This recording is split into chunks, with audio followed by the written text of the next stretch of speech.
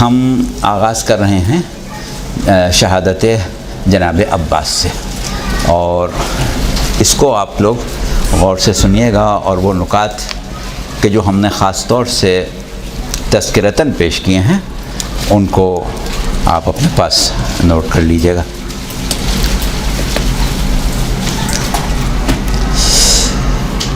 تو آج ہم ذکر شہادت جناب ثانی حیدر قوت بازو حسین سقہ سکینہ علمدار کربلا آقا ابوالفضل عباس کا احوال۔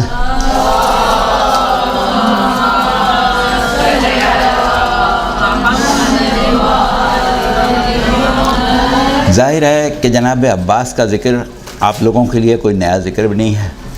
اور ایک ایسا ذکر ہے جو آپ ہر وقت سنتے ہیں،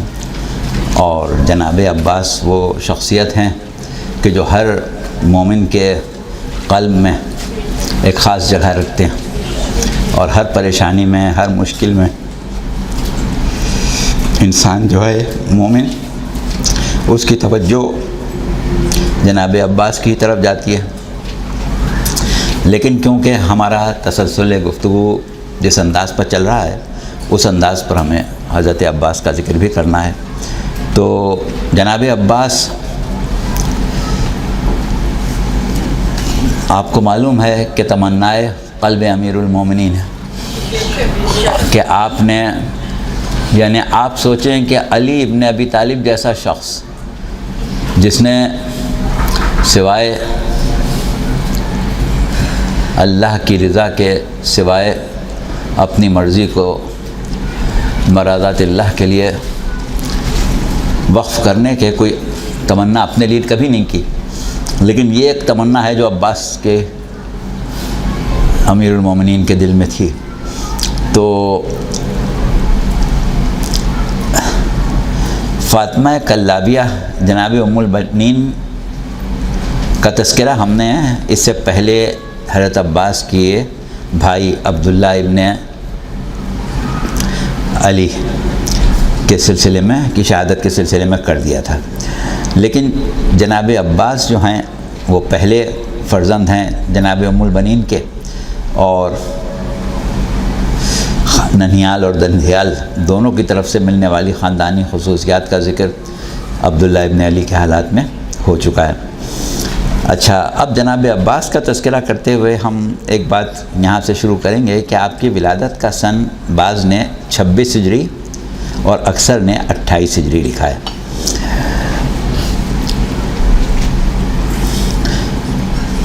اسد الغابہ میں ابصار العین میں 26 ہجری لکھا ہے۔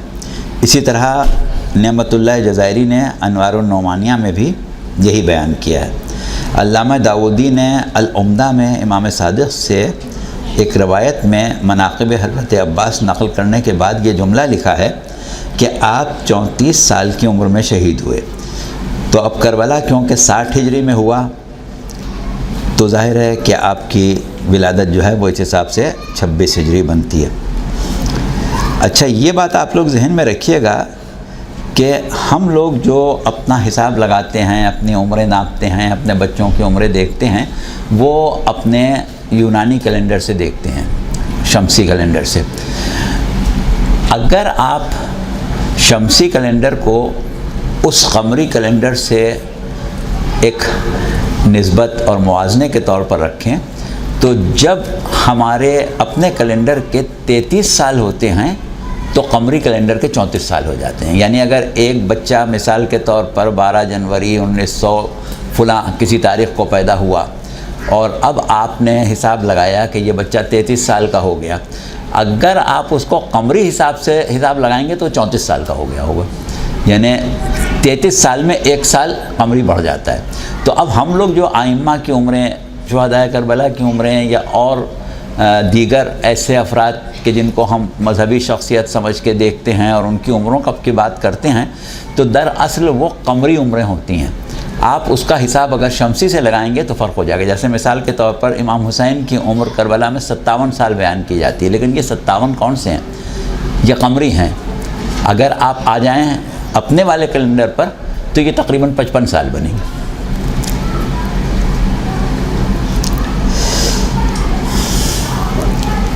اچھا، تو اب آپ کو معلوم ہے کہ مولا کائنات نے آغوش رسالت ماب میں پرورش پائی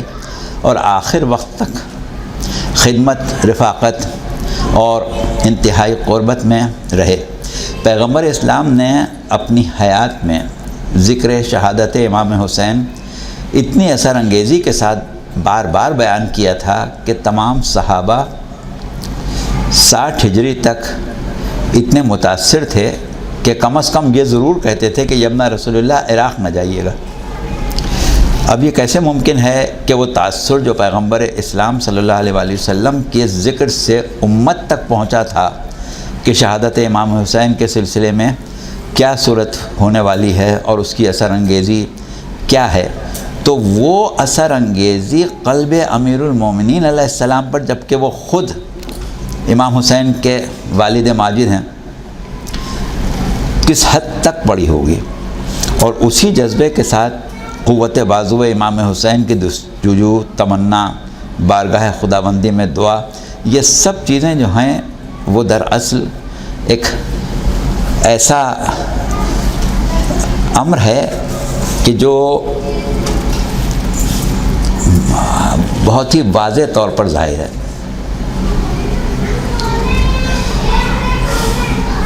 اب ظاہر ہے کہ جب جناب عباس کی ولادت ہو گئی ہوگی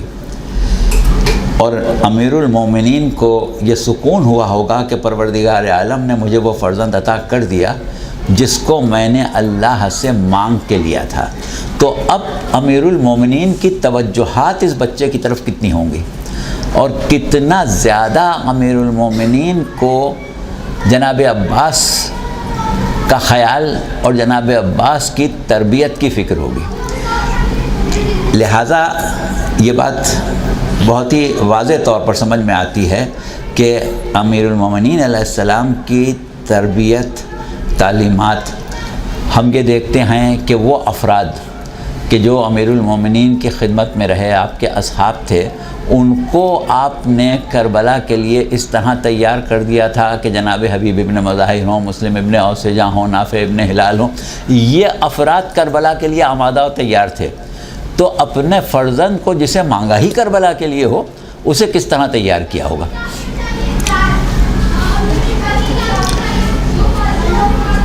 تو اتنی جناب عباس کی اہمیت بارگاہ امامت میں کربلا کے حوالے سے اور بارگاہ امامت امیر المومنین میں تربیت اور تیاری کے حوالے سے اتنی زیادہ ہو گئی کہ جناب عباس کی شخصیت امامت سے بے انتہا قریب آ گئی، امامت سے بہت زیادہ قریب ہو گئے جناب عباس۔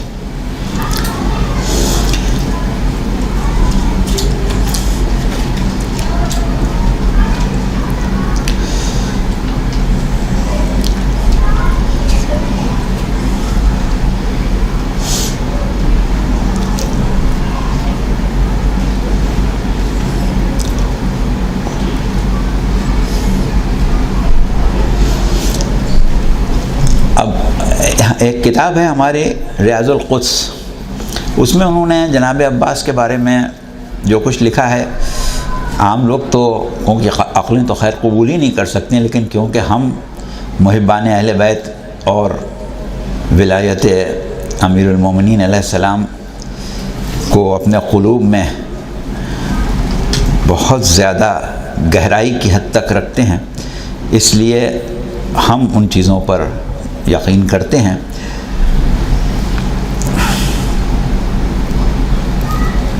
اور صورت یہ ہے کہ جناب عباس ایک طرف باب الحوائج کی حیثیت سے ہمارے معاشرے میں یاد کیے جاتے ہیں، اور دوسری طرف ہم یہ دیکھتے ہیں کہ وہ ذات کہ جس کے معجزات ہم ہمیشہ ہر زمانے میں ہر وقت دیکھتے رہتے ہیں، ان میں سر فہرست نام جناب عباس کا ہے۔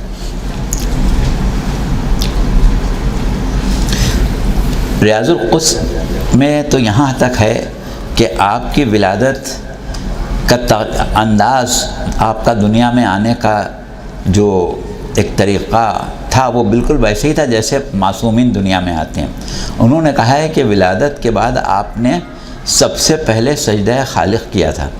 اور جس طرح آپ کے والد نے پہلی نظر چہرہ رسالت مآب پر ڈالی تھی، اسی طرح جناب عباس نے پہلی نظر چہرہ امام حسین پر ڈالی تھی۔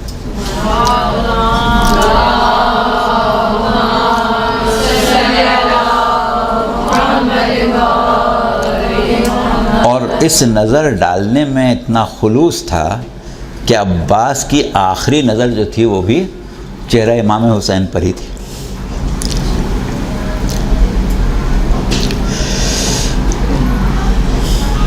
اور امام حسین نے بھی عین ہی وہی طرز عمل جناب عباس کے لیے اختیار کیا تھا جو پیغمبر اسلام نے آپ کے لیے کیا تھا۔ اب وہ محمد مصطفیٰ تھے اور یہ حسین منی وانا من الحسین کا مصداق تھے۔ پھر آپ کا طرز عمل بھی عین ہی وہی اور ویسا ہی تھا جیسے آپ کے والد ماجد کا پیغمبر اسلام کے ساتھ تھا۔ یعنی حضرت عباس کی سیرت، ان کا عمل، ان کا طور طریقہ امام حسین کے ساتھ ایسا تھا جیسا امیر المومنین کا رسول اللہ کے ساتھ تھا، اور امام حسین کا طور طریقہ حضرت عباس کے ساتھ ویسا تھا جیسا رسول اللہ کا امام حسین سے تھا۔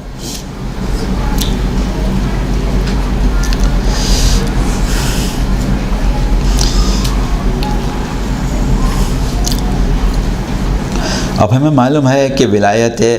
علی و اولاد علی دین کا کمال ہے، اور مودت علی اور اولاد علی اجر رسالت ہے۔ تو وجود علی و اولاد علی وہ ثقل ہے جس سے قرآن کا ہم پلہ قرار دیا گیا، اور معرفت امام کے بغیر مرنے والا عہد جاہلیت کی موت مرتا ہے۔ جب یہ باتیں حقائق پر مبنی ہیں تو وہ عباس جس کی شخصیت آئینہ امامت ہو اور اس کی بندگی، اس کا ایمان، اس کی عبادت، اس کا تقوی، اس کی منزل قربت خداوندی، یہ تمام وہ چیزیں ہیں جنہیں ثابت کرنے کے لیے ہمیں تاریخی حوالوں کی ضرورت نہیں ہے۔ تاریخی حوالے ہم محتاج ہی نہیں۔ جس طرح آسمان پر چمکتے ہوئے ستاروں کے درمیان 14ویں کا چاند ممتاز حیثیت رکھتا ہے، اگر بنو ہاشم کی یکتائے روزگار ہستیوں کے درمیان عباس واحد و یکتا نہ ہوتے تو قمر بنی ہاشم نہ کہلاتے۔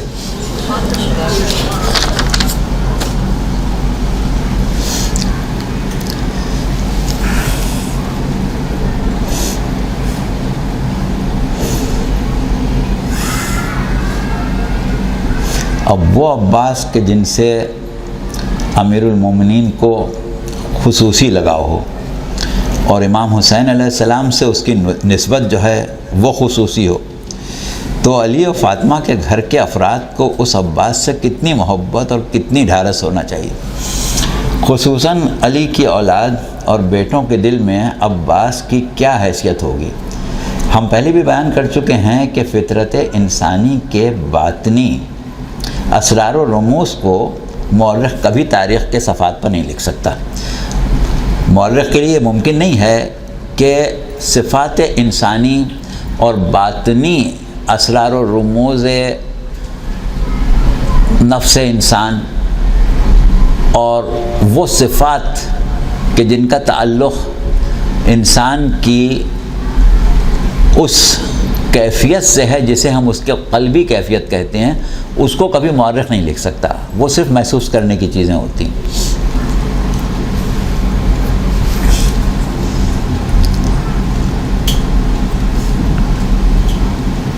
اب معلوم نہیں لوگوں کو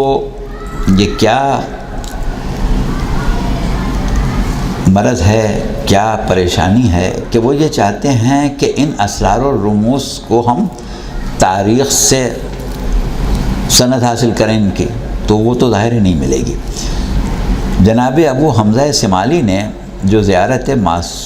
معصوم سے نقل کی ہے جناب عباس کی، ایک زیارت ہے حضرت عباس کی جو ابو حمزہ سمالی نے نقل کی ہے،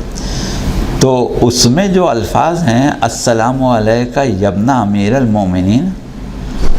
اول القوم اسلامم و اقدامہم ایمانم و اقوالہم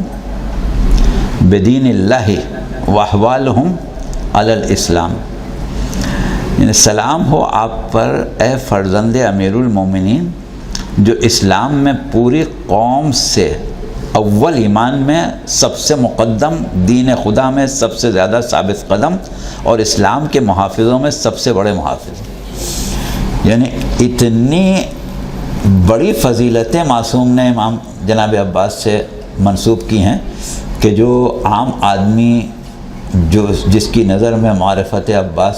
جس کے ذہن میں نہ ہو وہ یہ الفاظ نہیں استعمال کر سکتا۔ تو بہرحال آپ ایک بات ذہن میں رکھیں کہ معرفت کامل عباس سوائے عالمان علم لدنی کے کسی کے بس کی بات نہیں ہے۔ یعنی ہم یہ چاہیں کہ ایک عام آدمی جناب عباس کی کامل معرفت رکھتا ہو، یہ ممکن نہیں ہے۔ ائمہ اہل بیت معصومین علیہم السلام کو ہی جناب عباس کی کامل معرفت۔ اب دیکھیے پیغمبر اسلام صلی اللہ علیہ وسلم نے فرمایا تھا کہ یا علی، اللہ کو کسی نے نہیں پہچانا سوائے میرے اور تمہارے، اور مجھ کو کسی نے نہیں پہچانا سوائے اللہ کے اور تمہارے، اور تم کو کسی نے نہیں پہچانا سوائے اللہ کے اور میرے۔ یعنی اس حد تک آپ نے امیر المومنین علیہ السلام کی معرفت کے بارے میں بات کی کہ اللہ اور رسول کے علاوہ کسی نے نہیں پہچانا، کہ جناب سلمان فارسی جیسا صاحب ایمان بھی یہ کہتا ہوا نظر آتا ہے کہ میں علی کو نہیں پہچانتا، نہ میں اللہ ہوں نہ رسول ہوں۔ تو اب وہ ذات کہ جسے آپ ثانی حیدر کہیں، اس کو ائمہ اہل بیت ہی پہچانتے ہیں۔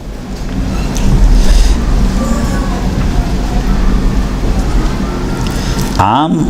انسان، عام مومنین، عام صاحبان معرفت، عام صاحبان ایمان کتنی ہی اعلیٰ منازل ایمان رکھتے ہوں، لیکن جناب عباس کی معرفت کے لیے کافی نہیں ہے۔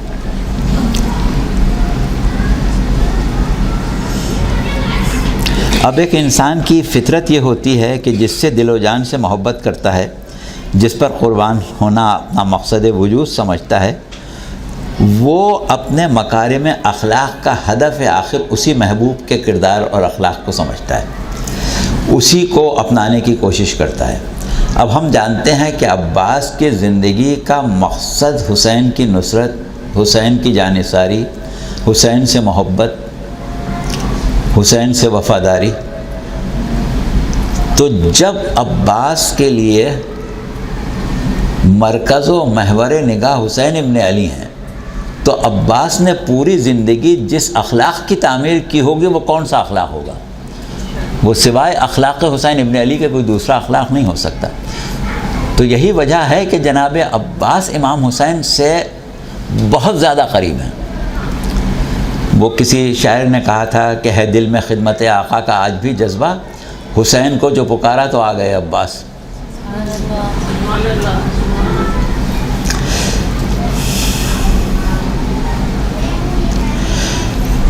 امام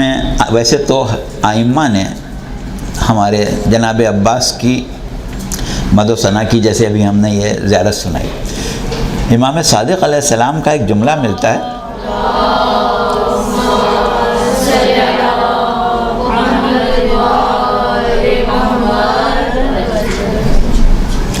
کہ امام صادق علیہ السلام نے فرمایا کہ ہمارے چچا عباس ابن علی بڑے دیندار اور کامل الایمان تھے۔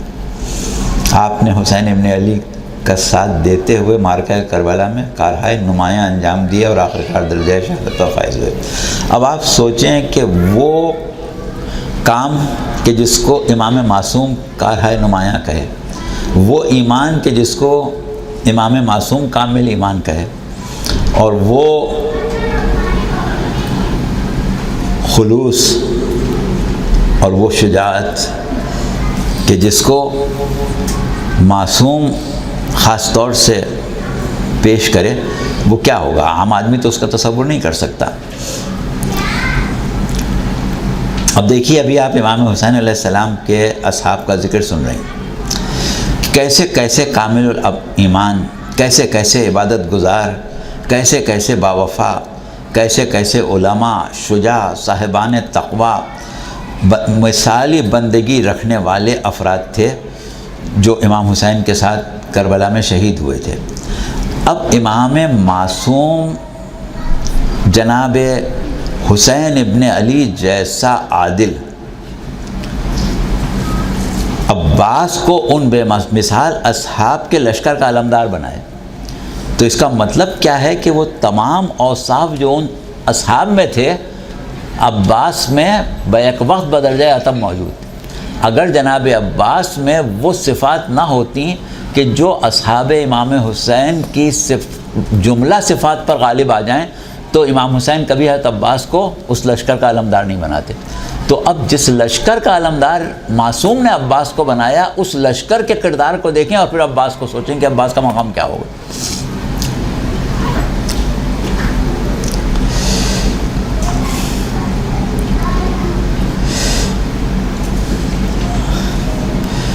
جناب بریر حمدانی کا تذکرہ جب ہم کر رہے تھے تو ہم نے بتایا تھا کہ نہر پر پہرا ہونے کے بعد جناب عباس نے کس طرح گھاٹ پر قبضہ کر کے 20 مشقیں بھروائیں تھیں، اور جب 9 محرم کو فوج یزیدی نے اچانک حملہ کیا تھا تو امام نے حضرت عباس کو ہی بھیجا تھا۔ اب دیکھیں کہ اتنی بڑی فوج حملہ آور ہو چکی ہے اور اس سے گفت و شنید کرنے کے لیے کسی عام آدمی کی ہمت نہیں ہو سکتی کہ وہ جائے۔ یہ مقام جناب عباس کا ہی تھا۔ اسی طرح یہ بات بھی پہلے ہو چکی کہ حملہ اولا کے بعد لشکر خونخوار قیام حسینی پر چڑھا چلا آتا تھا، اور وہ 10 افراد جو اب بچ گئے تھے مقابلہ کر رہے تھے، مگر جب اصحاب نہیں رہے، گھر کے افراد سب ختم ہو گئے، تو اس وقت فوجیں کتنی مستعد اور کتنی آمادہ ہو گئی ہوں گی کہ اب قتل حسین ہمارے لیے کوئی بڑا مسئلہ نہیں رہا۔ تو یہ وقت وہ تھا کہ اب ایک وقت وہ تھا کہ تمام اصحاب مل کے امام حسین کی حفاظت کر رہے تھے، پھر ایک وقت وہ آیا کہ اصحاب نہیں رہے تو سب بنی ہاشم مل کے امام حسین کے سینہ سے پڑ تھے، اور آخر میں وہ وقت آیا جب کوئی نہیں اکیلے بس امام حسین کی حفاظت کر رہے، یعنی ساری جرأتیں، ساری ہمتیں، ساری طاقتیں سمٹ کے ایک دفعہ اس شخص میں آ گئیں جو اکیلا اب حسین کا سینہ سے پر ہے۔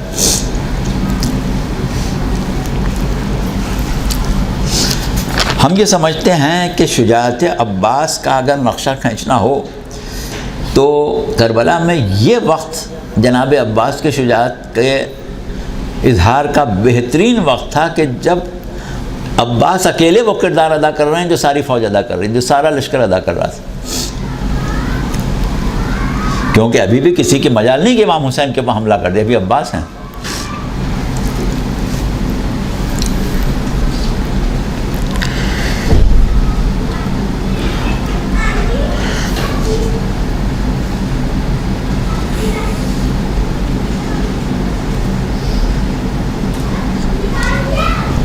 اب صورت یہ ہے کہ عباس کا نام محضر شہادت میں تو ہے، اور جب تک عباس موجود ہیں امام حسین کی شہادت کا سوال نہیں پیدا ہوتا، کیونکہ بعض مورخین نے لکھا ہے کہ امام حسین کو رخصت کرتے وقت مدینے سے جناب ام البنین نے خاص طور پر حضرت عباس سے کہا تھا کہ بیٹا عباس، تمہاری زندگی میں حسین کو کوئی زخم نہیں لگنا چاہیے۔ کس طریقے سے عباس امام حسین کو بچا رہے۔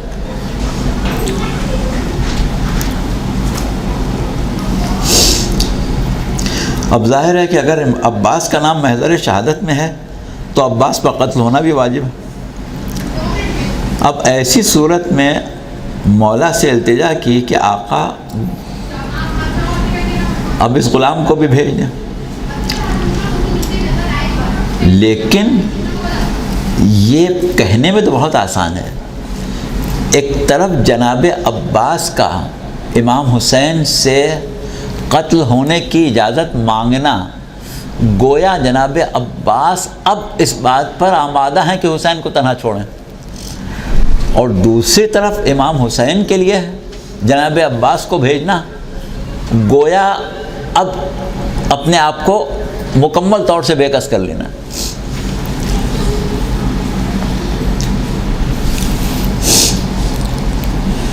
آپ بار بار کہتے تھے کہ اب مجھے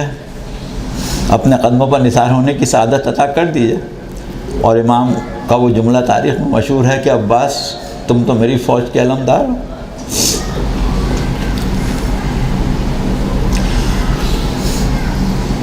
اور یہ بھی ایک طے شدہ امر ہے کہ اگر عباس کو امام یہ کہہ کے بھیجتے ہیں کہ عباس یہ پورا لشکر میرے خون کا پیاسا ہے، مجھے اس سے بچا لو، تو عباس کی جنگ کچھ اور ہوتی، جو کہ مصلحت کربلا میں نہیں تھی۔ لہٰذا پورے واقعات تو آپ مصائب میں سنتے رہتی ہیں، وہ ہمیں بیان نہیں کرنا ہے، ہم تو ایک تاریخی جائزے کے طور پر بیان کر رہے ہیں۔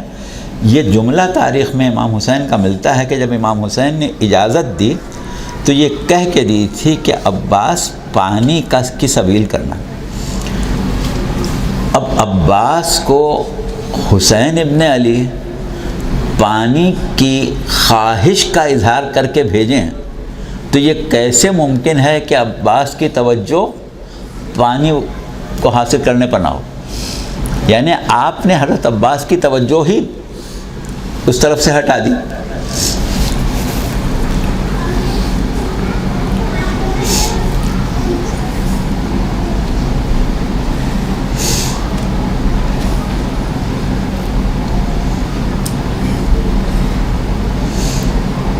اب جناب عباس مشکیزہ لے کے نکلے۔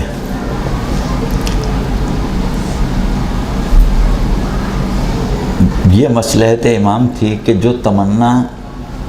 جنگ کی عباس دل میں لیے ہوئے ہیں، اس کو سقائی کی ذمہ داری کی طرف موڑ دیا جائے۔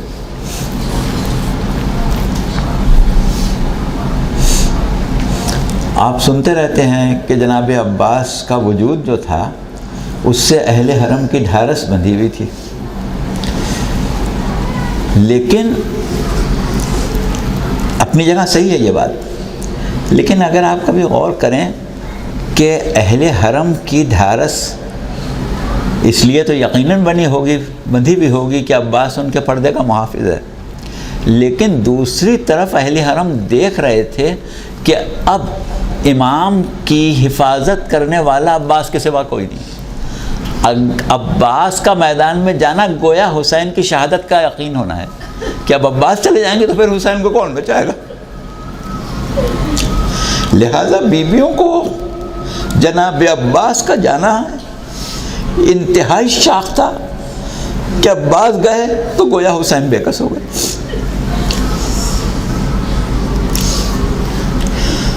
اور راویوں نے یہی لکھا ہے کہ جس وقت جناب عباس کو اجازت مل گئی اور اب بیویوں کو یہ یقین ہو گیا کہ یہ عباس کو اجازت نہیں ملی، یہ حسین کی شہادت کی خبر، تو لہذا کوئی خیمہ ایسا نہیں تھا کہ جس سے فریاد کی آواز بلند نہ ہوئی۔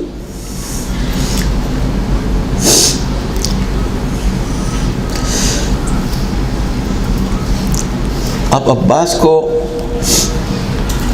براہ راست فوج پر حملہ نہیں کرنا تھا، عباس کو تو محافظین نہر کو ہٹا کے پانی بھرنا تھا۔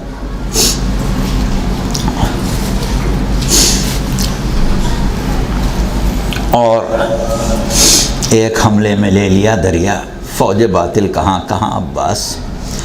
زور مشکل کشا و صبر حسین، انہی جلموں کے درمیان عباس۔ ادھر بڑھتا ہے ساحل پر علم بردار مشکیزہ، ادھر پیتی ہیں موجیں شربت دیدار پانی میں۔ مگر عباس تو کیا، توسن عباس کو دیکھیں، کھڑا ہے منہ اٹھائے تشنہ لب رہوار پانی میں۔ بہرحال عباس نے مشق تو بھر لی، مگر اب ہزاروں کا نرغہ، تیروں کی بارش، اور جسے مشق لانا ہو لاکھوں سے بھر کر، وہ تیروں کو روکے، علم کو سنبھالے۔ مولا نے پانی کی سبیل کی خواہش کی ہے، عباس کا جسم تیروں کی نظر ہو جائے مگر مشق بچ جائے۔ اب عباس نے دشمن کو دور کرنے کے لیے مقابلہ شروع کیا، اور جوش میں رجس پڑھنے لگے، اور آپ کے رجس کے الفاظ یہ تھے کہ موت کتنے ہی نعرے لگائے، میں موت سے کبھی خوفزدہ نہیں ہوتا، یہاں تک کہ تلواروں کے سائے میں زمین پر گرا دیا جاؤں، میرا نام عباس ہے، مشق لے جاؤں گا اور ضرور لے جاؤں گا، اور جنگ میں موت کی پرواہ نہیں کروں گا۔ ایسے میں حکیم ابن طفیل نے سیدھے شانے پر تلوار کا وار کیا۔ ابھی تلوار شانے تک پہنچی تھی کہ عباس نے علم کو بائیں ہاتھ میں سنبھالا اور فرمایا کہ تم نے میرا داہنا ہاتھ قطع کر دیا، مگر میں اب بھی دین کا محافظ ہوں۔ لیکن اب جب عباس کا داہنا ہاتھ قلم ہو چکا تو فوج قریب آ گئی، اور زید ابن ورقہ نے بائیں شانے پر تلوار کا وار کیا۔ اب عباس کے دونوں ہاتھ قطع ہو گئے تھے، اور آپ پشت فرس پر جھک گئے تھے، اور ظالم تھے کہ ٹوٹے پڑ رہے تھے۔ ایسے میں قبیلہ بنی تمیم کا ایک شخص آگے بڑھا، اس کے ہاتھ میں ایک گرز تھا، اور عباس کا سر گھوڑے کی پشت پر جھکا ہوا تھا۔ اس نے اپنا گرز سر پر مارا اور عباس زمین پر گر پڑے۔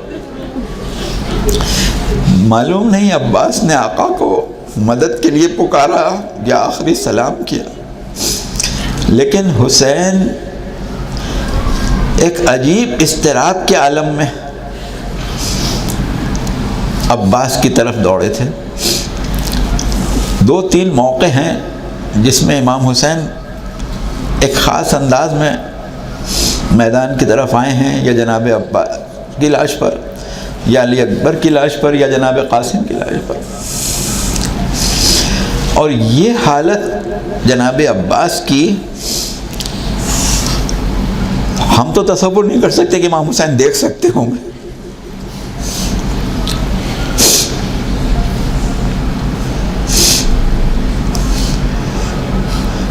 اب امام جب قریب پہنچ گئے تو بہت سے جملے تاریخ میں ملتے ہیں جو جناب عباس نے امام سے کہے ہیں۔ اب وہ کیونکہ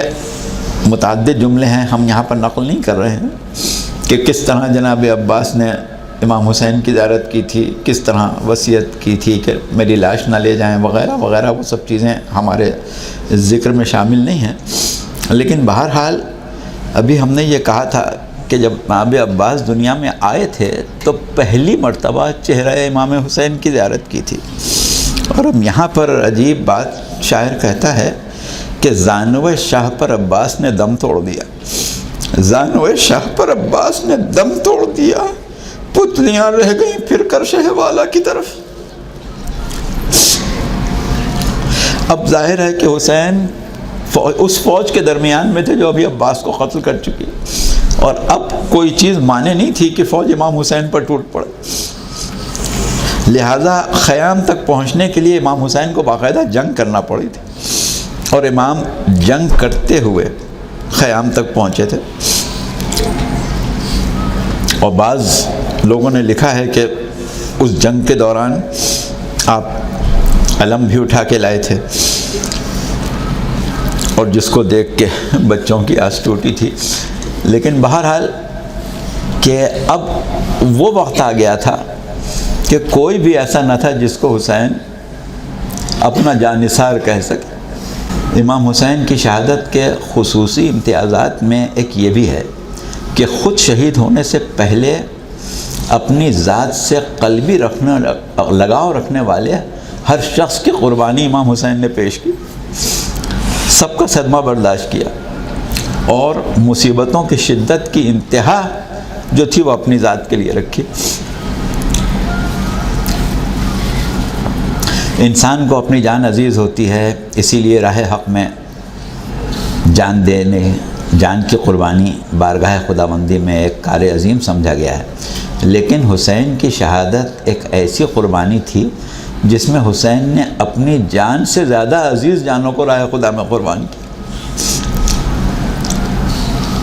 اور کتنی عزیز تھی جان حسین کے نزدیک عباس کی کہ عباس میرے باپ کے دل کی تمنا ہے،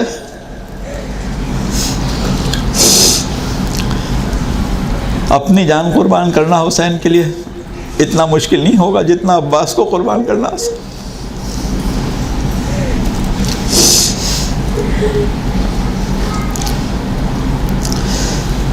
بہرحال نگاہ قدرت میں اسی لیے حسین کا خون اتنا اہم ہے کہ آج تک روز عاشور مقتل کی زمین تازہ خون اگل کے یہ اعلان کرتی ہے کہ نگاہ قدرت میں خون حسین جو ہے وہ کبھی تازگی سے باہر نہیں جا سکتا۔